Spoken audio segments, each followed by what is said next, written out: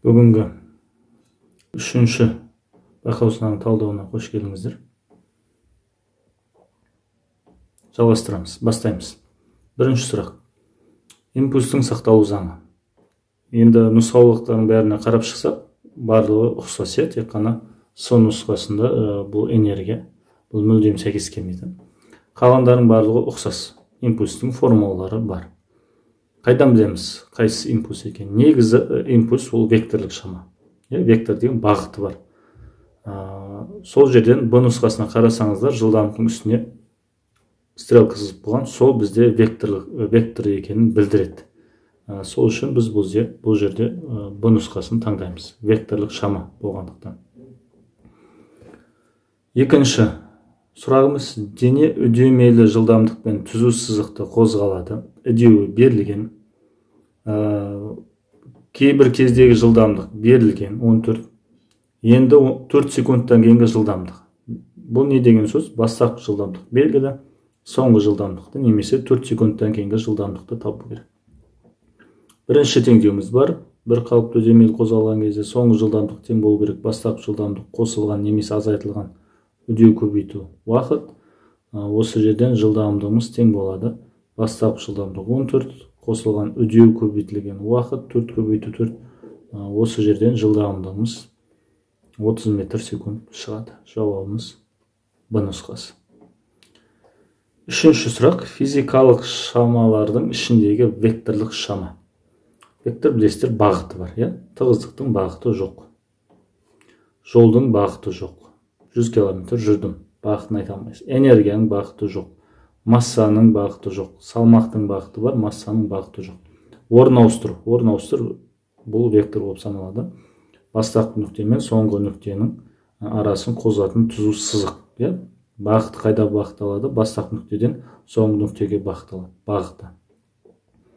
Төртінші есеп: газ молекулаларының концентрациясын есептейтін формула. Концентрация дегеніміз не? Концентрация дегеніміз белгілі бір көлемде қанша молекула орналасқанын білдіреді. Бұл жерде көлеммен байланысты. Мысалы, 100 молекула 1 сантиметр кубта. 100-ді бөлесіз 1 сантиметр кубқа. Сол кезде 1 сантиметр кубта қанша молекула бар екенін білдіреді. Бұл жерде жауап Б нұсқасы. Молекуланың санын бөлеміз көлемге. Басқаларын қарап көрейік. А нұсқасында ол тығыздық көбейтілген көлем, ол массаны білдіреді. С нұсқасында мынау зат мөлшерін көбейтеміз моляр массаға, ол бізде массаны білдіреді. Авогадро тұрақтысы бөлеміз моляр массаға, ол бізде концентрация емес. Масса бөлінген молекуланың санына, ол бір молекуланың массасын білдіреді, ол концентрация емес. Немесе осылайда тұжырымдап жауабын таба аласыз. Бесінші есеп: бір атомды идеал газға 200 жол жылу мөлшері берілді. Яғни газға берілді. Бұл жылу оң таңба болып саналады. Және сыртқы күштер 600 жол жұмсады. Сыртқы күштер жасады. Демек, газдың көлем азайды. Демек, жұмыс бұл жерде теріс. Сыртқы күштер, біреу оны қысты, газды, көлемі азайды. Демек, газдың ішкі энергиясын термодинамиканың бірінші жағын жазамыз. Жылу тең болады ішкі энергияның өзгерісі қосылған жұмыс. Жылуымыз біздің 10 таңба, өйткені жүйеміз, газымыз алып жатыр сырттан 20 жол. Ішкі энергия белгісіз, қалай өзгергені, бірақ жұмыс біз білеміз, ол 600 жұмыс жасалған. Бірақ сыртқы күштер жасаған, яғни газдың көлемі азайған. Сондықтан бұл жерде газ теріс жұмыс жасады десек болады. Минус 600, осы жерден ішкі энергия тең болады 200 қосылған 600, ішкі энергияның өзгерісі көріп отырсыздар, оң таңба шықты және 800 шықты. Оң таңба нені білдіреді? Артқанын білдіреді, көбейгенін. Бұл жерде жауабы Е нұсқасы болады. Келесі есебіміз 6-шы есеп: тербелбелі контурдың сыйымдылығы берілген, индуктивтілік берілген, осы контур шығаратын толқын ұзындығы. Негізі толқын ұзындығы неге тең? Жылдамдықты көбейтеміз периодқа. Білесіздер, неге период? Өйткені бір толқын ұзындығын ол бір периодта өтеді. Сол үшін периодқа көбейтеміз. Яғни жылдамдық көбейту уақыт, бірақ уақытымыз период болу керек. Енді қараңыздар, период бұл жерде неге тең білесіздер, 2p түбір асты L көбейтілген с. Бірінші с-ны шатастырмаңыздар. Бірінші с ол жылдамдық, екінші с ол сыйымдылық. Енді сан мәндерін орнына қойып шығамыз. Біріншісі ол жылдамдық еді, 3,8 дәрежесі көбейту 2, 3,14 көбейтеміз. Түбір астында индуктивтілік пен сыйымдылықтың көбейтіндісі 4 милли генри, яғни минус 3, сыйымдылық 0,1 микро, минус 6 дәрежесі. Осыны шығаратын болсақ, жауабы Е нұсқасы шығады. 37-де 68 километр. Яғни бұл жерден әрине метр арқылы шығады. 37.680 метр шығады. Километрге айналдырған кезге 37,168 шығады. Бұны тез шығару жолдарын қысқаша түсіндіріп кетейін. Калькулятор ұбт-да рұқсат берілмегендіктен. Түбір астынан неше шығады? Минус 3 дәрежесі бар, минус 6 дәрежесі бар, минус 9 болады. Мұна 0,1 мен минус 10 болады. Қасында 4-і бар. Түбір астында. Бұл жерде неше шығады? 2, 10-ның минус 5 дәрежесі шығады. Түбір астынан. Енді қараймыз, 2-ні көбейтеміз 3-ке. Ол неше шығады? 6 жобамен. Тағы да 3 пен 2 көбейтілген. Бұл жерден де 6 шығады. 6 көбейту 6, 36-дан үлкен сан болады. Бірақ 36-ға жақын. Бұл жерден қарасаңыздар, екі нұсқасы сәйкес келеді. Б және Е нұсқасы. 37-ге, 36-ға ең жақын сандар. Енді қалды артындағы нөлдерді дұрыстап есептеуіміз керек. Қараңыздар. Мына жерде 10-ның 8 дәрежесі бар. Түбір астынан 10-ның 5 дәрежесі шықты. Минус 5 дәрежесі. Демек ол болады 10-ның минус емес, 10-ның 3 дәрежесі шығады. Сонда 36.000 немесе 37.000 метр километрге айналдырсақ, ол 37 болады. Яғни Е нұсқасы. Солайда тез пайымдап есеп шығаруға болады. 7-ші есеп. П типті жартылай өткізгіштерде негізгі заряд тасымалдаушы. Бұл әрине есте сақтайтын сұрақтардың бірі. Бұл 7-ші сұрақта кемтіктері. П типті болған кезде оның тасымалдаушысы кемтіктер. Бұл есте сақтайтын сұрақтардың бірі. Бұны есте сақтаңыздар. Қысымның өлшем бірлігі әрине паскаль. Егер қиналсаңыздар, басқа нұсқаларын қарап шығамыз. Ньютон деген ол күш, метр деген ол ұзындық, секунд деген ол уақыт, джоул деген ол энергия. Қалады бізде бір ғана нұсқа, ол С, паскаль. Ақ жарықтың спектріндегі түстердің ішінен ең аз ұзындығы. Ақ жарық дегенде адам көзінің көретін жарықтар, біз ақ жарықты көреміз. Ол білесіздер күлгіннен басталады. Және неден бітеді? Ақ жарық ол қызылдан бітеді. Бұл реттілік неге қарай жасалынған? Бұл әрине ұзындығына, толқын ұзындығына қарай реттелген. Күлгін 400 нанометрден бастайды. Қызыл ол, қателеспесем, 700 нанометрден бітеді. Яғни бұл жерде көрініп тұр, ең аз ұзындық ол күлгіндікі. Жауап А нұсқасы. Осыған ұқсас сұрақтар ұзындық арқылы емес, жиілік арқылы да сұрап жатады. Ең аз жиілік, ең көп жиілік. Қараңыздар, күлгін түстің толқын ұзындығы ең аз. Демек, бұның жиілігі көп болады, керісінше. Қызылдың толқын ұзындығы ең үлкені, ақ жарықтың ішінде, демек, оның жиілігі аз болады. Керісінше, яғни. Осыда естен сақтасаңыздар болады. Келесі есеп, 10-ші есеп. Электр тізбегі 4 шамнан тұрады, яғни 4 кедергіден. Олардың параллель жалғанған. Параллель білесіздер, бір коридор келіп 2-ге бөлініп қайтадан қосылу керек. Немесе бір сым келеді де 2-ге бөлініп қайтадан қосылу керек. Ең азынан 2-ге бөліну керек. Бұл жерде көтбұрыштар 2 мен 3-ші кедергі, немесе 2-ші мен 3-ші шам параллель қосылған. А нұсқасы. 11-ші есеп. 11-ші есеп. Ұзындығы 300 метр туннельге 90 км сағат жылдамдықпен енген ұзындығы 120 метр пойыздың туннелден толығымен өту уақыт. Толығымен өту үшін ұзындықтың өзінің ұзындығы бар пойыздың, және туннелдің ұзындығынан соңғы вагон өту керек. Яғни жалпы ұзындығы 420 метр жүру керек. Бірақ қараңыздар, жылдамдық километр сағатпен берілген, біз оны метр секундқа айналдырайық. Негізі бұны оп-оңай көбісі жаттап алған. Бөлеміз 3,6-ға. біз соны дәлелдейік. Неге 3,6-ға бөлеміз? 90 деген санымыз қалады. Жоғарыда 1 километр бар. 1 километрде 1000 метр бар. Оны 1000 метрмен ауыстырамыз. 1 сағатта қанша секунд бар? 60 минут бар. Көбейтеміз 60 секундқа 3600 секунд. 1 сағатты 3600 секундпен ауыстырамыз. Сол кезде қарап отырсаңыздар, осы жерден 90 бөлінген 3/6 деген осы жерден шығады. Бұл 25 метр секунд. Жылдамдығы 25 метр секунд екен, және бұл тұрақты жылдамдықпен келе жатыр. Сондықтан біз x тең болады жылдамдық көбейту t-ны қолданамыз. X әрине бұл 300 қосылған 120 метр. Жалпы 420 метр жүреді, өйткені 25 көбейтілген t. Осы жерден t уақытымыз тең болады 420 бөлінген 25. Жобамен ол 16-да 8 шығады. Жауабы Д нұсқасы. Келесі есеп 12-ші есеп. Егер идеал жылу машинасына берілген аса қызғын будың температурасы 500 Цельсиус, аса қызғын, бұл қыздырғыштың температурасы, ал машинадан шығарылғанда 100 Цельсиус, демек бұл суытқыштың, тоңазытқыштың температурасы. Онда машинаның пәкі, пайдалы әсер коэффициенті. Оның формуласын біз білеміз.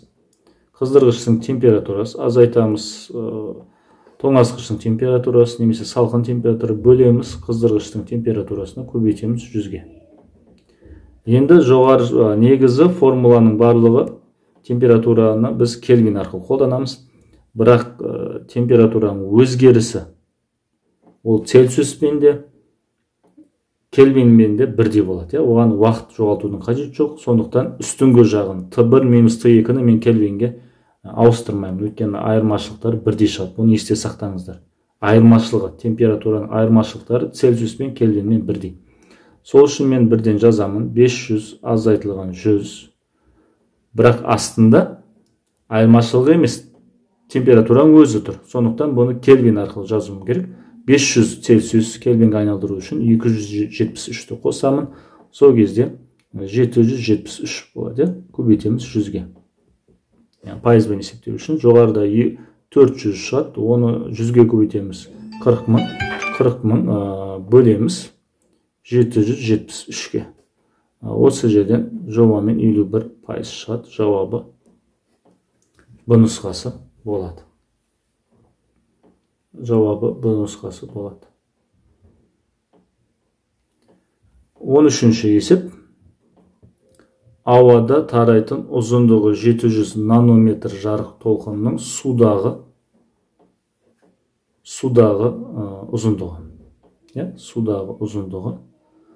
Білесіздер, жарық бір ортадан екінші орта өткен кезде сынады, немесе жылдамдығы азаяды, ұзындығы, толқын ұзындығы өзгереді, ол да азаяды. Оны қалай білеміз? Қандай бір физикалық шама бұл жерде өзгермейді. Бұны өте жақсы білу керек. Жиілігі немесе толқынның периоды, жиілігі өзгермейді ауада және суда да. Ауада кез келген ортада толқынның жиілігі, периоды өзгермейді екен. Сондықтан мен бұл жерде период өзгермейді. Т1 тең болады Т2, ауадағы периоды, жиілігі десек болады, айырмашылық жоқ. Тең болады судағы периодымен. Енді ауада ол неге тең? Ауадағы ұзындығы бөлеміз ауадағы жылдамдық, ол С. Судағы толқын ұзындығы лямбда 2 болсын және жылдамдығы V болсын. Осы жерден не байқаймыз? Судағы толқын ұзындығы тең болады ауадағы толқын ұзындығы, көбейтілеміз жылдамдық бөлінген С. Енді қараңыздар. Мынау жылдамдық бөлінген С, ол негізі бізде не ол? Көрсеткіштің қатынасы, кері қатынасы. Бұл 1 бөлінген n болады. Біз білеміз, n тең болады С бөлінген жылдамдық, сол үшін V бөлу С ол керісінше болады. Демек, бұл жерде толқын ұзындығы көбейтеміз 1 бөлінген сыну көрсеткіші, сонда ауадағы толқын ұзындығы бөлеміз сыну көрсеткіші. Осы жерден жауап бізде шығады. 700 нанометрмен шығара берейік. Өткен жауаптың бәрі нанометр бөлінген 1/133. Жауап бұл жерде 526 нанометр шығады. Яғни 526 деген саннан басталатын нұсқа бізде Е нұсқасы екен. Әрине бұлар метр арқылы жазыпты. Жауап өзгермейді.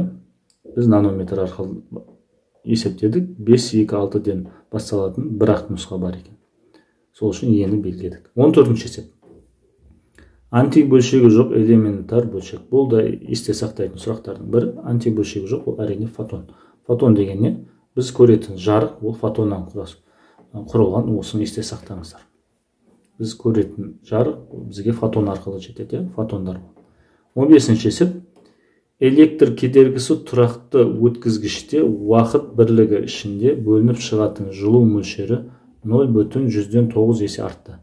Тізбектегі ток күші.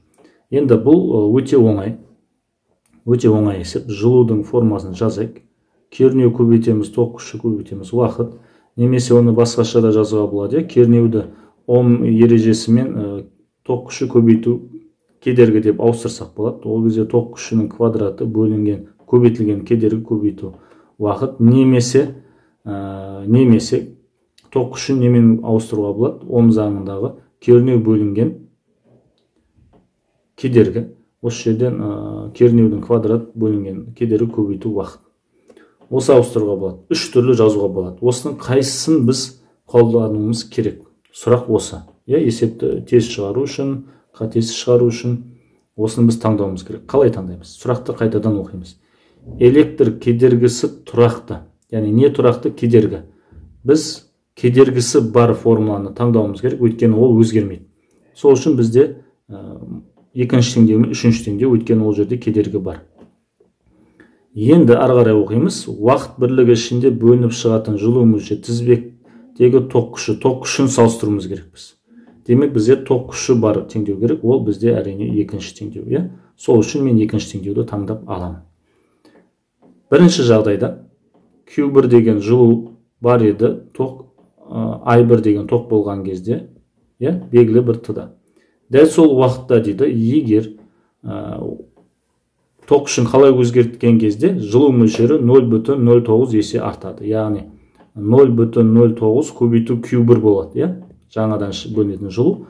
Ток күші белгісіз, бірақ дәл сол кедергі, дәл сол уақыттың ішінде. Осы жерден есепті шығаруымыз керек. Біз бұл жерде бөлсек болады. Екі теңдеуді Q-лар қысқарады, R қысқарады, уақыт қысқарады. Осы жерден бізде қандай теңдеу шығады? 1 бөлінген 0,9 тең болады I1 квадрат бөлінген I2 квадрат.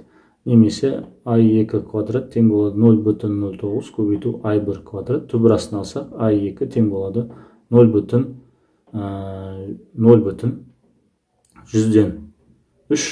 I1 шығады. Көріп тұрсыздар, 0,3 есе артқан. Бұл жерде А нұсқасын белгілейміз. I1 деген бастапқы ток күші еді, оны көбейттік бір санға, сонша есе көбейді. Яғни 0,3 есе көбейді. Келесі есеп, 16-шы есеп. Бұл есепте де мұқият болу керек. Тұрақты жылдамдық 15 метр секунд, бір қалыпты қозғалып келе жатқан автомобиль полиция күзетінің қасынан қозғалыстың қауіпсіздік ережесін бұзып өте шықты. Бұны жылдамдығы тұрақты, есте сақтаймыз. 15 метр секунд тұрақты. 4 секундтан соң, яғни өтіп кетті жаңағы көлік, автомобиль. 4 секундтан кейін бар полиция қозғала бастайды. Автомобилдің ізіне түсті. Бастапқы орнынан 380 метр жол жүргеннен кейін қуып жетті. Мотоцикл 380 метр жүреді. Әрине автомобиль 380 метр жүреді, бірақ мотоцикл жылдамырақ жүріп жетіп алады. Тең үдемелі қозғалған мотоциклдің үдеуі. Мотоцикл үдеумен қозғалады екен, тұрақты. Енді қараңыздар. 380 метрді автомобиль неше секундта жүреді? Соны бірінші есептеп алайық. Ол X бөлінген V-ны қолданамыз автомобиль үшін, өйткені жылдамдық тұрақты. 380 метрді 15 метр секундпен жүріп шығады. Автомобиль осы қанша секундқа тең? 380 бөлеміз 15, 25-те 3 жобамен. Секунд. Ал біз білеміз ғой, мотоцикл 4 секундтан кейін шықты, бірақ жетіп алды. Демек мотоцикл 4 секунд аз жүреді. Аз айту 4, 21,3 секунд жүреді. Аз уақыттың ішінде жетіп алады. Енді мотоцикл бізде тұрақты үдеумен қозғалғандықтан 3 теңдеудің біреуін қолданамыз. Жүрген жол бізде білесіздер екінші және үшінші теңдеуде бар. Үшінші теңдеуді қолданған жөн, өйткені ол жерде бастапқы жылдамдық бар, ол 0-ге тең бізде, сондықтан бізге ыңғайлы. Мына жері 0 бат, өткен мотоциклдің бастапқы жылдамдығы 0-ге тең, сонда жүрген жолы тең болады 1 бөлінген 2 үдеу көбейтеміз уақыттың квадратына. Осы жерден үдеу тең болады 2 көбейту жүрген жол бөлінген уақыттың квадраты, өзінің уақыты әрине. 2 көбейтілген 380, ол да 380 метр жүреді, бөлінген 21,3-дің квадраты. Осы жерден жобамен 1,17 метр секунд квадрат шығады. Жауабы А нұсқасы. 17-ші есеп. 17-ші есеп. Денені серіппелі маятникке ілгенде, оның серіппесі 4 мм-ге ұзарды. Осы маятниктің периоды. Енді қараңыздар, маятниктің периодын формасы жазамыз. 2P түбір асты массасын бөлеміз серіппенің қатаңдығына. Бұл жерде масса да берілмеген, серіппенің қатаңдығы да берілмеген. Не істейміз? Бірақ біз білеміз, бұл серіппе 4 мм-ге ұзарады осы массаны ілген кезде. Демек, массасы салмағы неге тең болу керек? Гук заңы бойынша серіппенің кері тартатын күшіне тең болу керек. Осы жерден көріп тұрсыздар, массаны бөлсек серіппенің қатаңдығына, ол тең болады x бөлінген еркін түсу үдеуіне. X деген ол созылған, қаншаға ұзарғаны, ол 4 мм. 4 оның минус 3 дәрежесі метрмен жазамыз. Бөлеміз еркін түсу үдеуі 10-ға тең. Бұл 4 оның минус 4 дәрежесі шығады. Осыны формуламызға келіп қоямыз. 2 көбейту 3 бұдан 4 көбейтілген m бөлінген k, ол 4 оның минус 4 дәрежесі шығады. Жауап 4 түбірастан 2 болып шығады. 2 көбейту 2, 4, 4 көбейту 3, 12.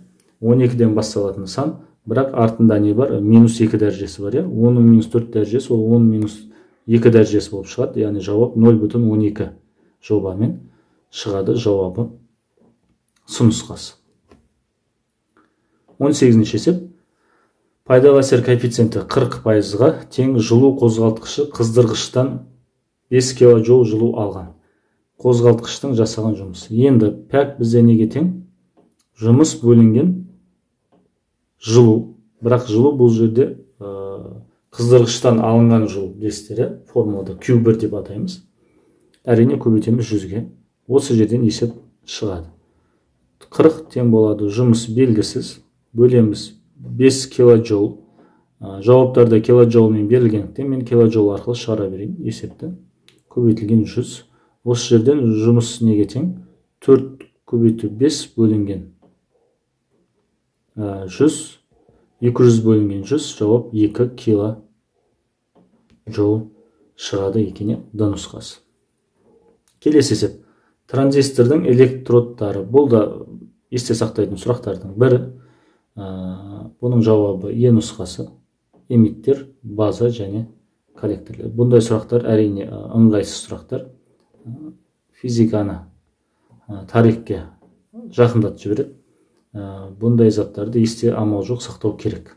Негізі кітап оқу керек. Физика, мектеп кітаптарын ашып, оқып, осы конспект жасап, ішіндегі осындай маңызды мәліметтерін астын сызып, жаттап отырғандарыңыз жөн.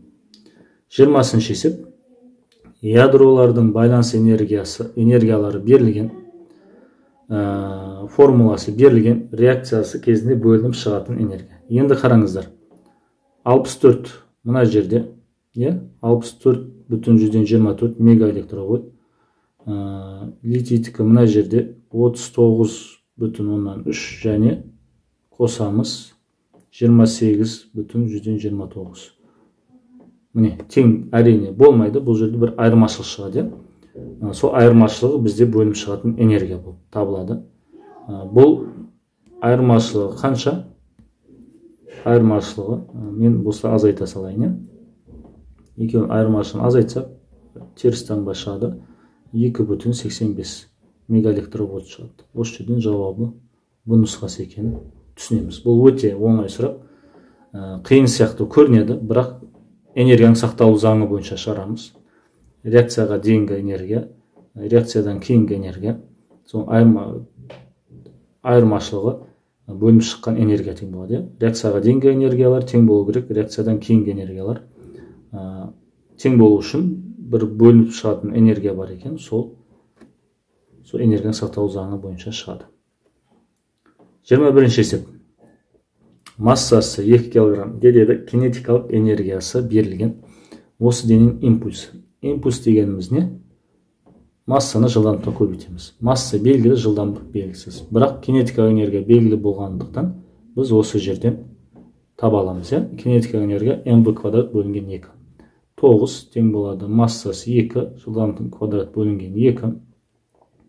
Осы жерден v квадрат тең болады 9 екен, жылдамдығың 3-ке тең екенін дәлелдедік. Бірінші формамызға қайтадан ораламыз. Масса 2, жылдамдық 3, жауап 6 шығады.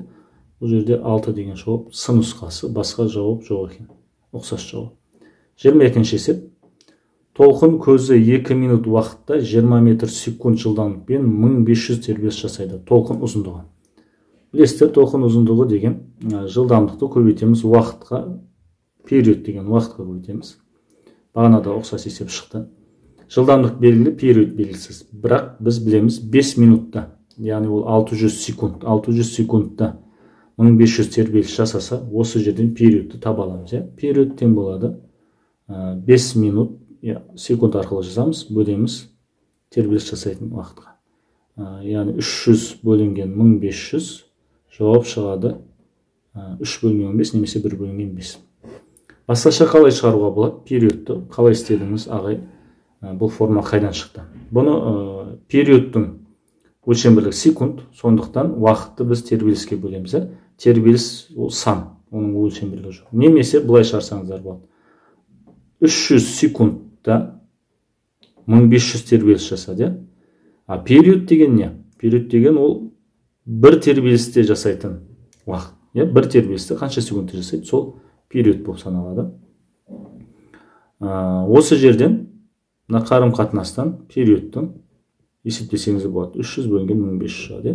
Қайтадан 1/5 шығады. Осылайды ақылға салып шығарсаңыздар болады. Формуламызға қайтып келеміз. Ұзындық, толқын ұзындығы жылдамдық 20 тең, период ол 1/5-ке тең, яғни жауап 4 метр шығады. 4 метр деген А нұсқасында бар екен. Тағы 4-тен басталатын нұсқалар белгілеп алайық. Д да бар екен, F де бар және G де бар. Осы қайсысы сәйкес келеді? 4 метр ол 400 сантиметрге тең, білесіздер. Енді қарайық, Д нұсқасы метрмен берілген, значит ол 4 болу керек. Ол 400 дұрыс емес. F нұсқасы да метрмен берілген, значит демек ол 4 метр болу керек. 0,4 емес. 2 дұрыс жауап бар, A және G. 23-ші есеп. Қатаңдығы берілген, серіппені 0,5 сантиметрге созу кезінде потенциалдық энергия. Серіппенің пружина деп айтып жатамыз. Оның потенциалдық энергиясы бар, ол kx квадрат бөлінген 2. Осыны білсеңіздер есеп шығады. Бұндай есептерді 20 мен 30 есептің арасында есептерді С деңгейі, өте күрделі деңгей деп айтып жатады. Ол ешқандай негізі жоқ. Оның жауап нұсқалары саны көбейген, ол күрделілігін білдірмейді. Дәл сол формула тек қана жауаптарын белгілеген кезде мұқият болып, соған сәйкес келетін басқа жауаптарды белгілеу керек, сол ғана. Есеп шығарамыз. Қатаңдық 40 килоньютон, абайлаңыздар, килоньютон, яғни 40, оның 3 дәрежесі, мыңға көбейтеміз 0,5 сантиметрге метр арқылы жазуымыз керек, ол оның -2 дәрежесі, квадраты бөлеміз 2-ге. Осы жерден жауабын табамыз. 40 бөлінген 2 ол 20, оның 3 дәрежесі, 0,5-тің квадраты 0,25, оның -4 дәрежесі. 20 мен 0,25-ті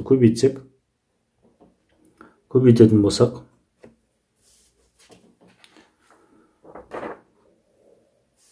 5-тен 5 шығады, 25/4, 5 шығады. 5 көбейтілген оның -1 дәрежесі, оның 3 дәрежесі, оның -1 дәрежесі, -1 дәрежесі шығады, яғни 0,5 жол шығады. Бұл жерде жауап А нұсқасы, басқа жауаптар жоқ екен, бір ғана 5-тен басталатын сандар.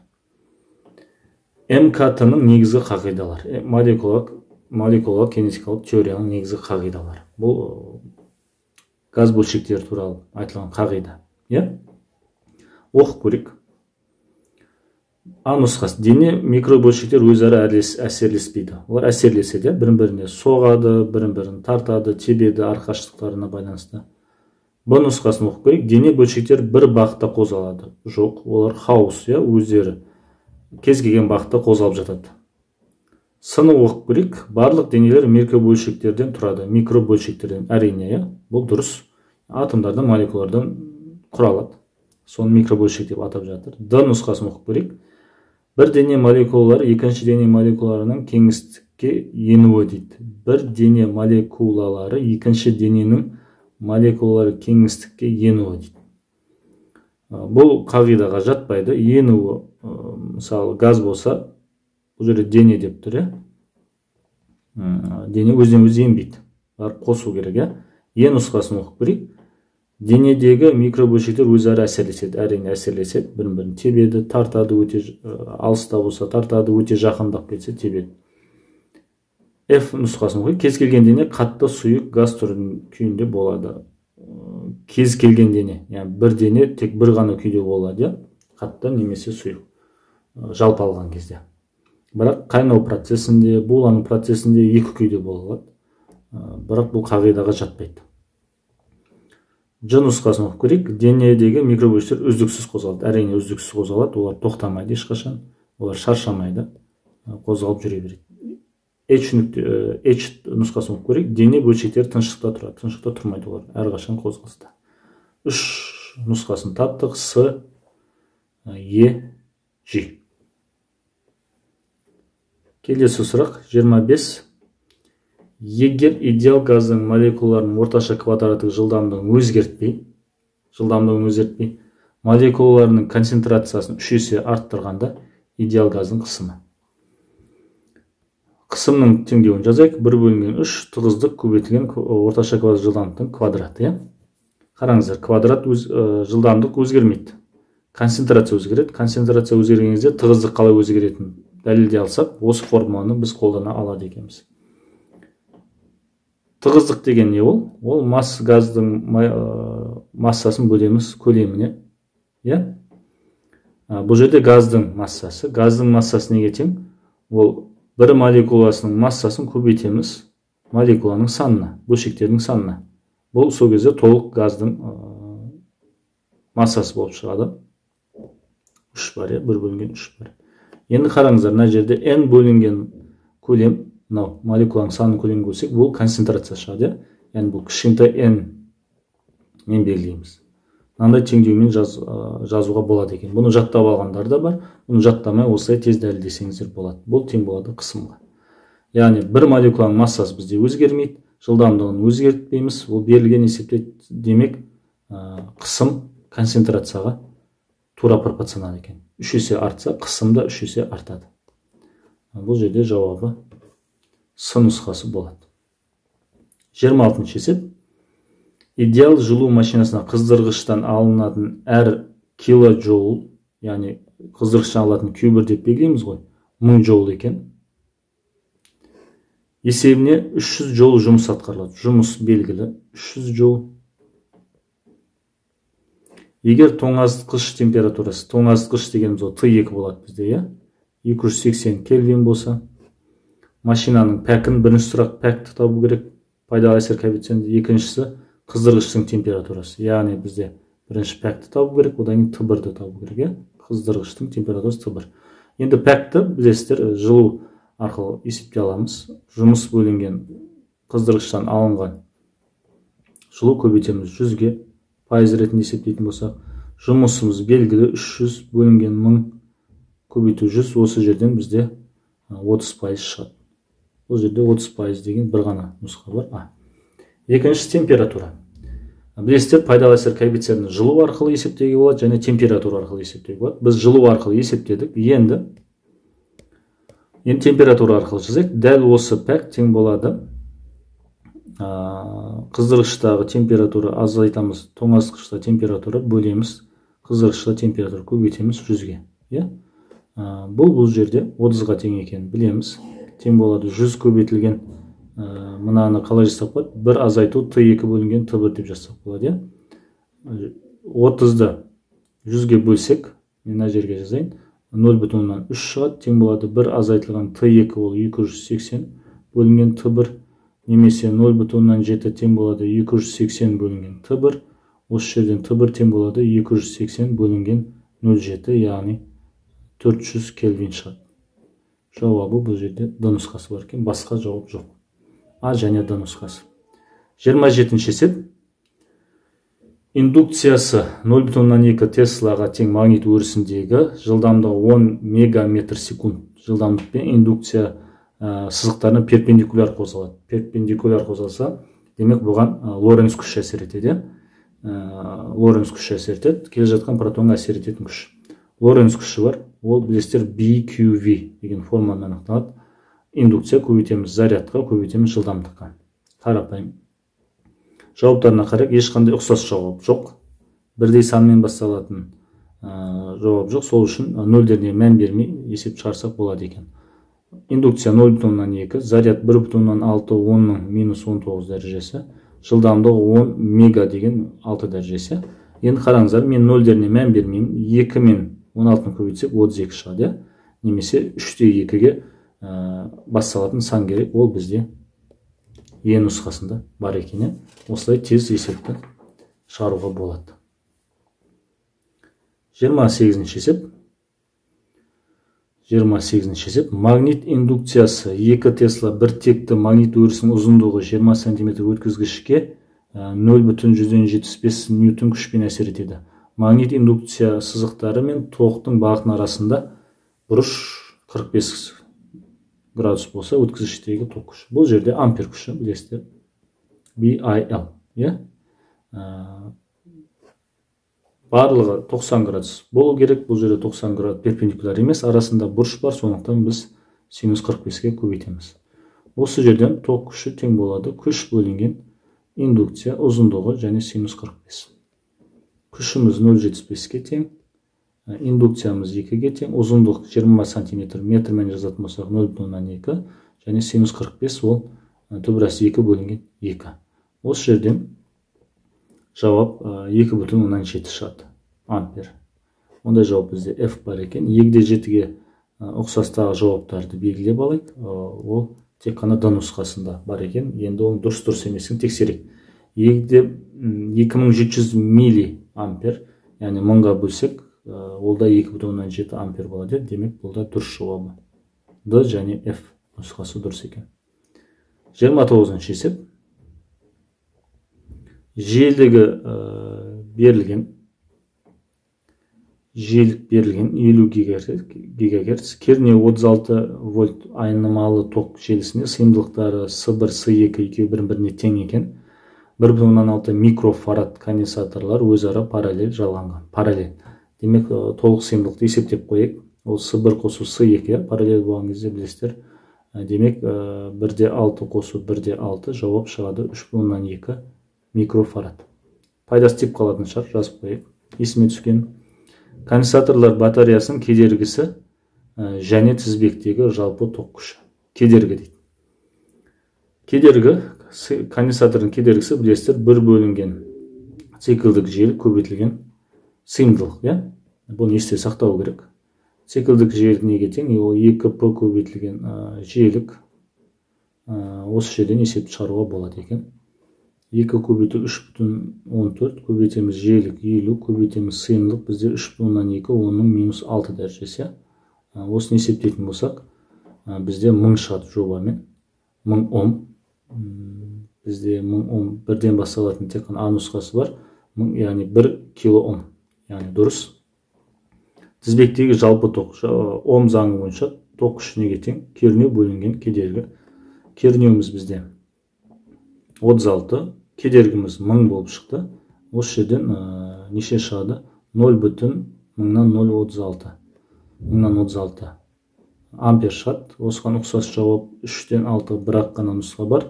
36 милли 1000-ға бөлсек жауап дұрыс шығады. С нұсқасы. 30-ші есеп. Бұл шамалы уақыт алатын есеп, бірақ формуласын дұрыс жасаңыздар есеп шығады. Пәкі 30% болатын АЭС-тің қуаты белгілі, тәулігіне тұтынатын уран изотопының массасын табу керек. Енді қараңыздар, жалпы пәк дегеніміз не? Пәк деген пайдалы жұмыс, бөлеміз жалпы жұмсалған жұмыс, толық жұмыс, көбейтеміз 100-ге. Бұл жерде пайдалы деген не? Бізге, халыққа пайдасы тиеді. Бұл станцияның ол бізге берілетін қуаты белгілі екен, 54 мегаватт. Осы бізге пайдалы. Уақытқа көбейтсек, қуатты уақытқа көбейтсек, жұмыс шығады. Пайдалы жұмыс осы болып табылады. Бұны есептеп алайық. Бірінші пайдалы жұмыс тең болады қуат, яғни 54 мега, ол оның 6 дәрежесі, көбейтеміз уақытқа. Уақыт деген бізде 1 тәулік, яғни 24 сағат секундпен жазамыз. Осы жерден пайдалы жұмыс шығады. Бұны да есептеп алайық тезірек. 54 көбейтеміз 24, көбейтеміз 60, көбейтеміз 60-ға. Жобамен 4,66 10-ның 12 дәрежесі жол шығады. Толық жұмыс бұл жерде жұмсалған толық жұмыс. Осы формадан қарасаңыздар, пайдалы жұмыс көбейтеміз 100-ге, бөлеміз пайдалы әсер коэффициентіне. Осы жерден 4,66 10-ның 12 дәрежесі көбейтеміз 100-ге, бөлеміз 30-ға. Осы жерден неше шығатынын біз қазір айтып береміз. 4,66 бөлеміз 30-ға. 30-ға 0,100 мыңнан 55 10-ның 14 дәрежесі. 12 мен 100-ді көбейтсек 14 дәрежесі шығады. Енді толық жұмыс бұл жерде не? Біз не қолданып жатыр? Бұл жерде уран қолданып жатыр. Уранның бір ядросы 200 мегаэлектровольт жұмсайтын болса, біз осыны N-ге көбейтуіміз керек. Яғни 200 мегаэлектровольт, мега дегеніміз оның 6 дәрежесі, 200 оның 6 дәрежесі электровольт. Оны жолға айналдыру үшін 1,6 10-ның минус 19-на көбейтем. Бұл бір ядроның. Көбейтем N белгісіз бір N саны бар, бұл жерде. N количество. Соған көбейтеміз. Осыға тең болады барлық біздің жұмсаған энергиямызға, яғни толық энергияға. 0,155 көбейтеміз 10-ның 14 дәрежесі. Осы жерден біз N-ді қанша ядро бар екен санын таба аламыз. Бұны да тез шығарайық. 10-ның 6 дәрежесі мына жерде минус 19, минус 13 болады. Минус 13 болады. Мына жерде 2 нөлді мен қысқартайын, бұл минус 11 дәрежесі болады. Және 10-ның 14 дәрежесі, мына жақта 10-ның минус 11 дәрежесіне бөлсек, ол неше болады? 10-ның 25 дәрежесі болады. Енді қалды біздің 0,155-ті бөлеміз 2-ге, бөлеміз 1,6-ға. Жауабы жобамен 0,048 10-ның 25 дәрежесі. Осындай саны бар екен, осындай ядро бар екен. Уран. Осындай ядросы бар, уран қолданылған. Енді массаны табамыз. Массаны білесіздер, зат мөлшері арқылы таба аламыз. Молекуланың санын бөлеміз Авогадро саны тең болу керек. Массасы бөлеміз моляр массаға, молдық массаға. Осы жерден масса неге тең? Санын көбейтеміз молдық массаға, бөлеміз Авогадроға. Осы жерден жауабын табамыз. 0,048 10-ның 25 дәрежесі. Молдық масса бізде килограмм арқылы берілген. Ол 0,235. Бөлеміз Авогадро санына 6,2 көбейтілген 23 дәрежесі. Дәрежесін бірден қысқартып жіберсек болады. Мына жерден 10-ның 2 дәрежесі болады. Енді қалды мыналарды көбейтеміз. 0,235 бөлеміз 6,02. Бұл жерде 0,0019. Yani немесе bunu 0,19 килограммен шығардық. Жауаптар граммен берілген екен, ол 10-ға көбейтеміз 190 грамм. Жауабымен Д нұсқасы дұрыс болады екен. Ең күрделі есеп болуы мүмкін деген осы соңғы 30-шы есеп екен. Бірақ бұны да асықпай шығарсаңыздар, жауабы дұрыс шығады. Формуланы дұрыс қолдансаңыздар. Тыңдағандарыңызға рахмет. Сіздерге сәттілік тілейміз.